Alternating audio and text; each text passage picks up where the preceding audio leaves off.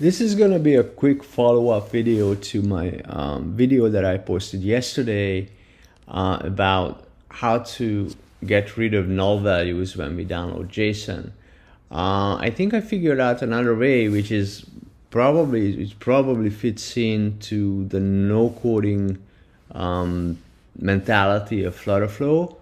What you can do, so let me show what I did before and how these null values kept popping up.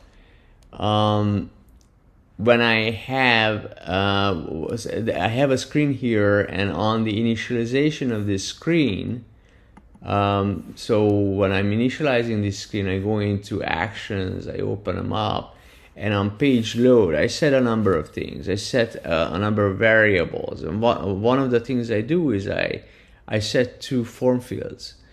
And these 2 form fields, the way I had them before was I downloaded the JSON, and then I had JSON path here, and then I had things like full name. So this is what I had before. Now, when there was nothing to download, like when I was adding a new record, this full name would be null. But the way it would be null, the way Flutterflow unfortunately does it, is that the downloaded JSON would be null, but then when it can find a path, obviously it couldn't find a path since the root of it wasn't there. This $sign was null, right? And then he just put in a null, meaning that quote the word null and end quote. So what I changed this to is actually really nice. I just figured this out today that this may be actually the best way to do it. What you do is you add a structure for your form. So let's say I have 2 form fields here. One of them is full name, and the other is brand name. And what I did was I added a data type for this, and then I said, instead of JSON path, I said to data type, in which case Flutterflow will do the deserialization on its own, and it figures out that if the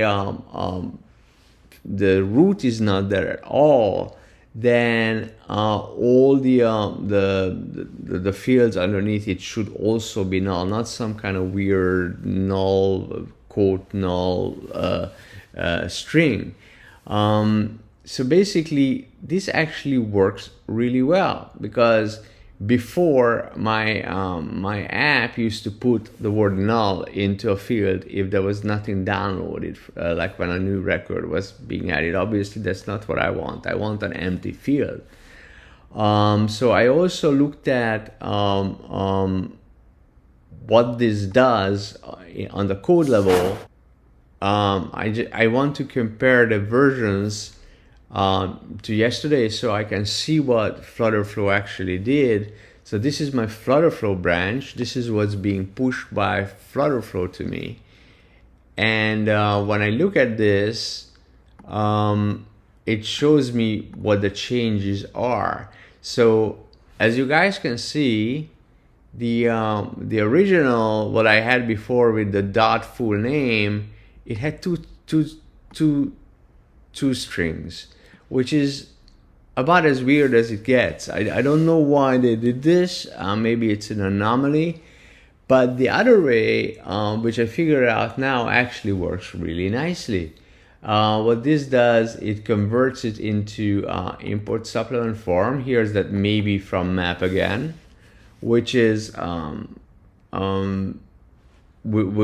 I was talking about a couple of videos ago. It's a really nice little tool that's in these struct files, and so it creates a structure from it, and then it just gets the full name. I think this is beautiful. This is very clean. It fits into the whole ideology of Flutterflow, of no coding, and so I think that this is what I am gonna do going forward.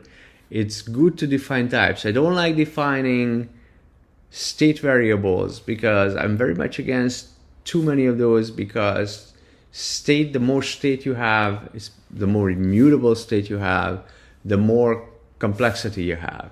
I'm a functional coder. I'm doing Flutterflow because I want to build iPhone apps, but not because I like mutable coding. I really don't like it. And so I'm trying to stay away from it. I wish I could use Scala and immutable languages for this. I can't. Unfortunately, Flutterflow is not like that, but at least I'm going to avoid unnecessary state variables. But creating types doesn't create extra states. So I think this is a beautiful solution. Thank you for watching. That's it.